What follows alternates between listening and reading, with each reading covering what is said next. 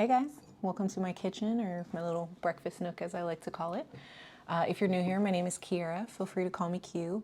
So as we're going into a new year of gardening, I thought it would be good to kind of sit down and do a mini series on defining a few things for the beginner gardener, someone maybe that is wanting to garden and has been kind of intimidated with some of the jargon that gets thrown around, or someone who is like decided that they're going to do it and they're ready to get started. I thought it would be great to go over a few things that were really confusing for me in the beginning, kind of some things that like I spent a lot of time just spinning my wheels on trying to figure out. And so I want to talk about hardiness zones or garden zones, if you've ever heard of that. I want to talk about what it means for a plant to be annual or perennial, and then we're going to go over frost dates.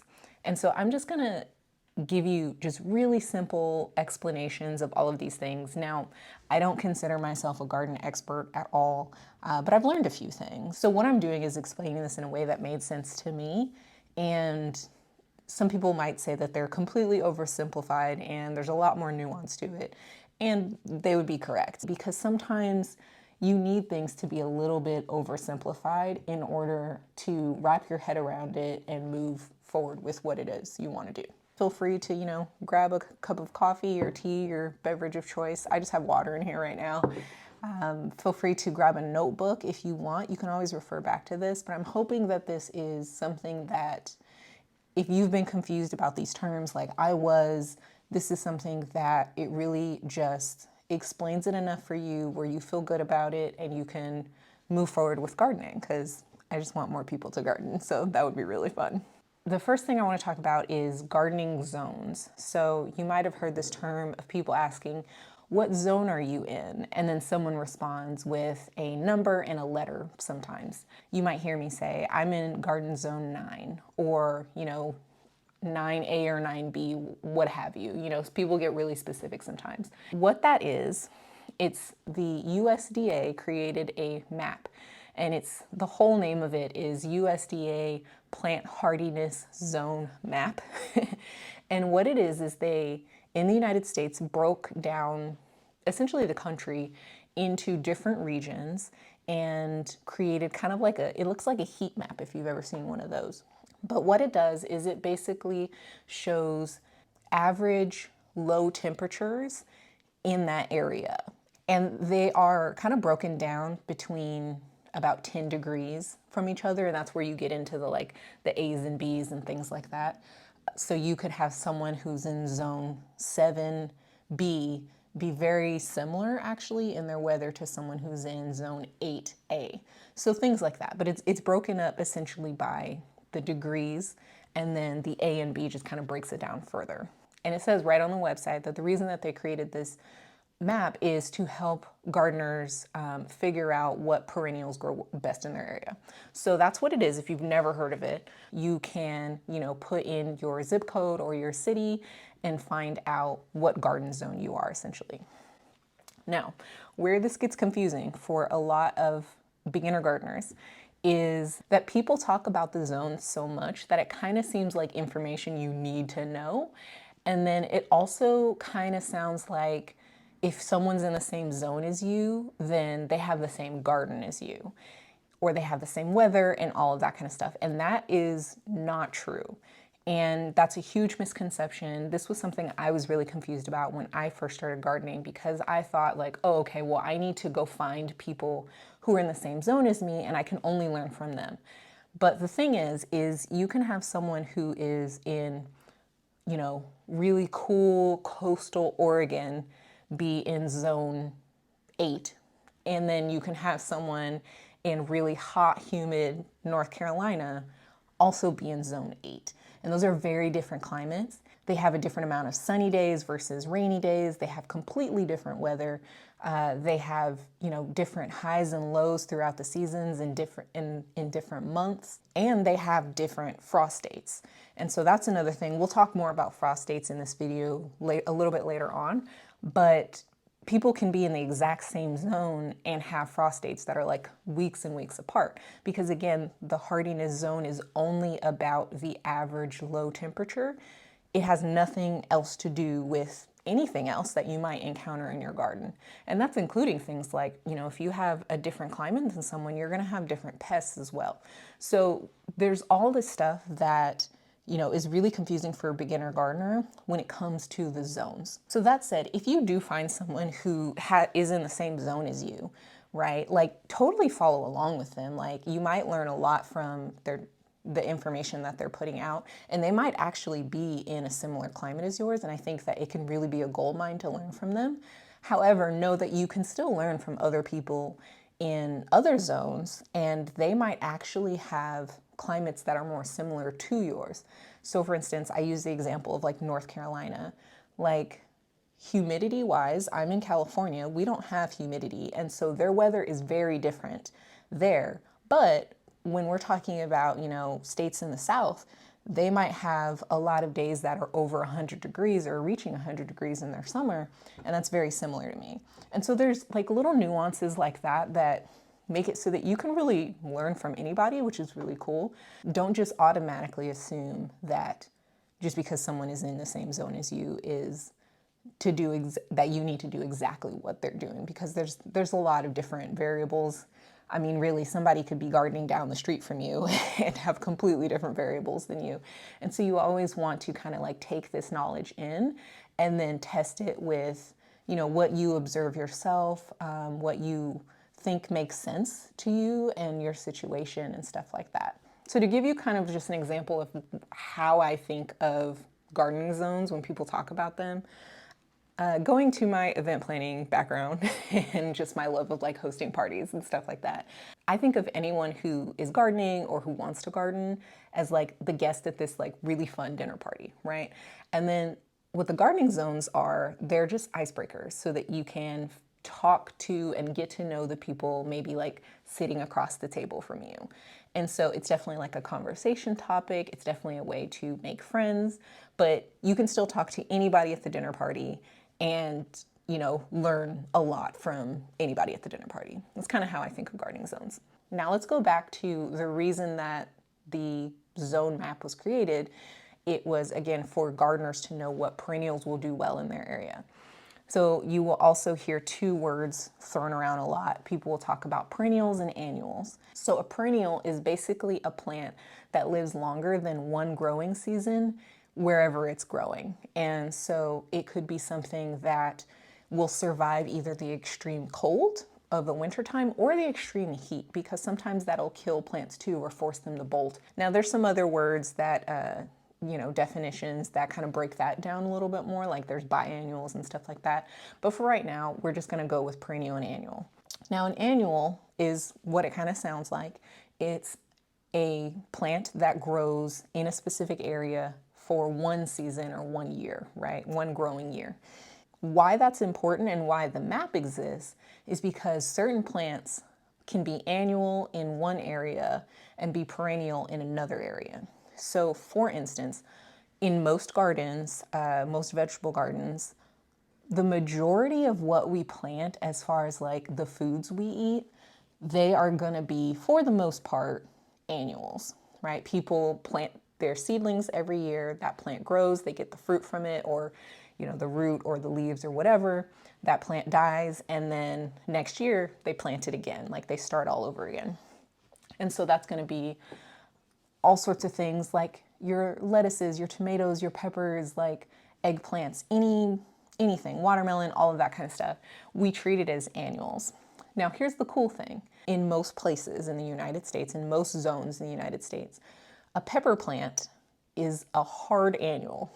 So it definitely dies in one season. It will not survive the wintertime. They like really warm weather, like all of that good stuff. But something I didn't know until I started gardening and I was a few years in is that in other parts of the world where it is warmer and the winters are not as harsh, pepper plants are actually perennials, and peppers grow into trees, which is really cool. And so someone can go out to their pepper tree and then pick peppers year after year after year. That's pretty wild to me. I didn't know that peppers grew like that, right? And so there are things like that. Now, the other thing why the hardiness zone is really important is because it'll tell you as you're like going for different varieties and stuff like that, it'll tell you which plants will do better in your area. So for instance, there are cucumbers, let's say. There are cucumber varieties that do much better in cooler climates, and then there are other varieties that do better in warmer climates. For us, we have a very, very short growing season where a cucumber will thrive. And then because it gets so hot, they get bitter and they get gross. And so we can grow cucumbers here. But if we're looking at varieties, we're gonna go for the ones that are heat loving. So there's a variety called an Armenian white cucumber, which is actually a melon, but whatever. We'll use this example. We will grow that into our summer months because it does really well in our climate and it doesn't get bitter and like all of that kind of stuff. And so I think that's really important to know, especially if you're a beginner gardener, because you might think that, you try to grow this thing, you try to grow a cucumber and it tastes awful. And you think, well, I'm a terrible gardener. I don't know what I did wrong. Everyone else grows cucumbers like crazy and it's just me. And I'm a failure at this and I'm quitting. That's where my mind goes. I don't know if anyone else's mind goes there, but that's how I think, right? And that's how I did think. And that's why for the longest time I thought like gardening is just not for me. I can't keep plants alive.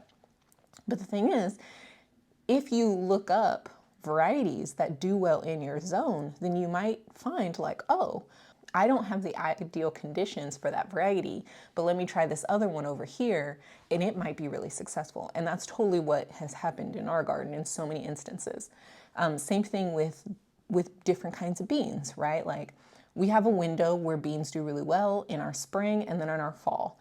They do really, really well. Over our summer, they struggle. But then there's different varieties that do well in the heat. Like we do noodle beans and they do really well throughout our entire summer, right? And then when it gets a little bit cooler, they start to decline. And we grow both, right? But knowing what zones you're in and knowing how to look up what plants do well in certain zones will give you just so much more flexibility in what you can grow in your garden. And also just feel like, gardening is something you can do, which it totally is. I want everyone to believe that they can be a gardener because if I can do it, I think anybody can do it. Another example of this on why zones are important is, let's say you're in zone 8 and you really, really, really want to grow citrus. Well, most citrus doesn't really do well in zone 8. Now, people have created, or I should say, they have bred certain varieties that actually do pretty well in zone 8 now. But overall, most citrus you want like 9 or above. Well, if you know that you're in zone 8 and you're like just over the edge, it gets just a little too cold where you are, then maybe you can invest in something like a greenhouse or a hoop house or a high tunnel, like any of those options, and you can grow your citrus in there, right? Maybe it means you keep your citrus in a pot and you bring it inside in the winter months. And so then there's a whole tree and a whole variety of plant that you couldn't have before that now you can, because you know that the difference in that was just, how cold it gets at night. So I think that's where knowing your gardening zone, your hardiness zone, whatever, is really helpful for beginner gardeners. But don't let it limit you and think like just because you see someone else isn't growing something in your zone, like don't think that you can't. Like I always say, give it a try and see what happens. Now let's talk about frost dates. So you might come across the terms first frost and last frost. You will see this on like seed packets a lot of times. They'll talk about like plant such and such 2 weeks before the last frost, or, put out 2 weeks before the first frost. So let's talk about what that is. What temperature will your area have its first or last night where the temperatures get to 32 degrees Fahrenheit? And that's considered freezing in the United States. And for a lot of plants, that is considered a killing frost because those plants no longer survive at that temperature or when they get exposed to that temperature, many, many times. So usually when you talk about a last frost, that's not the end of the year. The last frost is the last time your weather will hit 32 degrees. And that's usually in the springtime. For some people, it's like late winter. but it's usually, spring. It basically lets you know after that time, your temperatures will start rising and, it's safe to plant things outside. First frost is, like I said before, it's when the first time you're gonna get temperatures that drop below that number or hit that number of 32 degrees Fahrenheit. And so it'll kill off a bunch of plants that just wouldn't survive in those temperatures. So you can always look up your first and last frost dates. So you can put into Google, I like to look it up on the Farmer's Almanac. You can just go onto their website, really just Google it. It takes you to both. And you can put in, the name of your city and first frost or frost dates, and that'll usually give you both. Or you can go by your zip code and put in frost dates and it'll give you both. I usually look at a couple different places and see what they say. Now, the thing to know about it is your frost dates are always an estimate. They are never, cut and dry, because how are people supposed to know, right? You have no idea when the last time the weather is going to hit 32 degrees. You have no clue. So because these are estimates, you might have a frost that is a couple weeks earlier than you think it'll be, or a couple weeks later, right? And that goes for first and last frost. And so you always want to be just kind of checking the weather and making sure that you kind of have an idea of what's coming up, because for a last frost, if we're talking about that, you don't want to go out and, put out all of your seedlings the next day and then come to find out you have a frost in 2 days, right? That would be awful, because all of those seedlings, or a lot of those seedlings, would die. And let's say that we're talking about a first frost. Maybe your estimated first frost is a couple weeks away, but you see it on your 10-day weather report as tomorrow, then that lets you know, hey, I need to go outside and harvest the rest of whatever I want to save before this frost comes and turns it all to mush. And then another thing to know about frost dates and all of that kind of stuff is there are some plants that get damaged before the quote unquote killing frost. So peppers, eggplants, basils, all of that kind of stuff. For me, I see significant damage on those plants when I get even just 1 or 2 nights where it's 36 degrees. And so that's something good to know too, where it'll depend on your garden placement. It'll depend on all these different factors, wind, all that kind of stuff. But just know that when it starts to get cold, you want to just kind of know what the temperatures are and then look at your plants and see how they're doing. Another thing to keep in mind is you'll see on seed packets, sometimes it'll say things like plant in early spring, right? or plant outside in late fall, right? And so you might think that that's to go by the seasons that we all agree on are on the calendars, right? And to go by those dates. When you see that on a seed packet, I would actually look that up and go off of your frost dates or when you think they might be, because early spring for me is very different than early spring for someone else if we're just talking about a calendar. When seed packets say that, just be sure to double check and look it up. It's something you can easily Google too. Farmer's Almanac has seed starting guides that you can use that have actual dates. It's now many hours later. I film a lot of my stuff during nap times, so we're on the next nap time cycle now. Where was I? Okay, so when you're looking at when to plant things, when you're looking at seed packets and things like that, they'll say start 6 weeks before your last frost date, or they'll say plant outside. If you're talking about transplants, they'll say plant outside 1 week after your first frost date, right? And so that's how in real practice what to do with that. There are a lot of charts out there that people tell you when to plant stuff based on zone. That was one of the things that I struggled with the most when I was first starting out. Was I found out what my zone was. I printed out one of those maps of what to plant when. And then when it came time to actually plant things, it just didn't make a lot of sense to me because it was too cold, or, I wasn't ready yet, or, it was raining. And so I didn't know what to do. And there were things that I planted out when I shouldn't have. And there were other things that, I planted out in spite of what it said, and it did perfectly fine. And then sometimes, this year, our last frost date, our estimated last frost date changed by almost a whole month. So when I found that out, I was already too late to start any of my stuff. But I kind of also feel like it's a little too early. And so that's what the thing with gardening is, there's a lot of flexibility. So for me, I actually really like going off of a different kind of date than my frost date. I like knowing what it is, but it's kind of like just more information for me at this point. And so an example of this is you might hear in certain regions people say like, oh, you know, Mother's Day is when you plant all your stuff outside, right? And people will say it, and it's just kind of like a rule of thumb that a lot of people in that area follow, and it works for them, and that's great.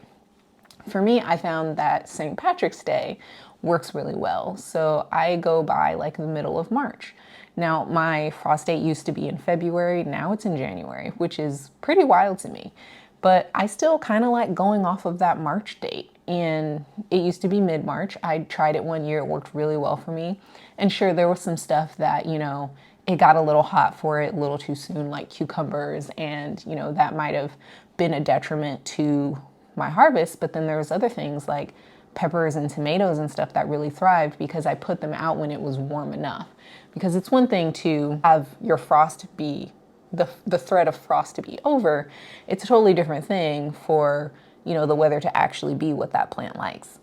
And so that's one of the things that I do is I created the spreadsheet for myself because I was like, okay, well, what would it look like if I planted all of these starts, or I started all of these starts when this last frost date says I'm supposed to?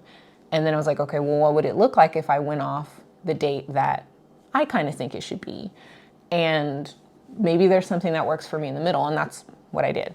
I found that this method is really helpful because literally all I do is put in one date at the top, and then it just spits out a bunch of different dates for me on when to start stuff. And like, it took me a little bit to kind of create it in the first place, but after that, I don't have to keep like looking at seed packets and double checking and all of that kind of stuff, because I was doing a lot of double checking all the time. So my point is that there's a lot of different ways to do this. If you are interested in the spreadsheet that I have, that I created really for myself, I'll link how you can get it below. But there's lots of different ways to do it. Like, you can create your own spreadsheet if that's your thing, and you can have it be exactly what you want. You can, you know, print out some of those like cute printable zone charts. You can look these things up on Google. You can print out something from the Farmer's Almanac.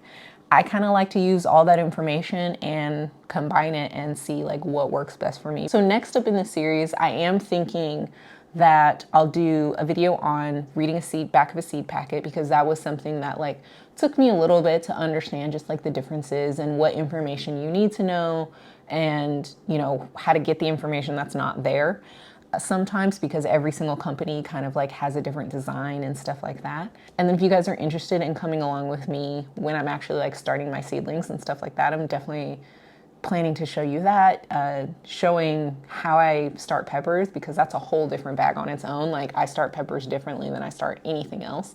And I have a system now that's working for me pretty well with that. So thanks for joining me in my kitchen today. I hope that this video was helpful for you, whether these were terms that you were confused about as well, or, you know, didn't really know what they meant, or maybe you heard of all of these before and this video just kind of like reassured you that you had a good grasp on what they mean, or, you know, at least your grasp is the same as mine.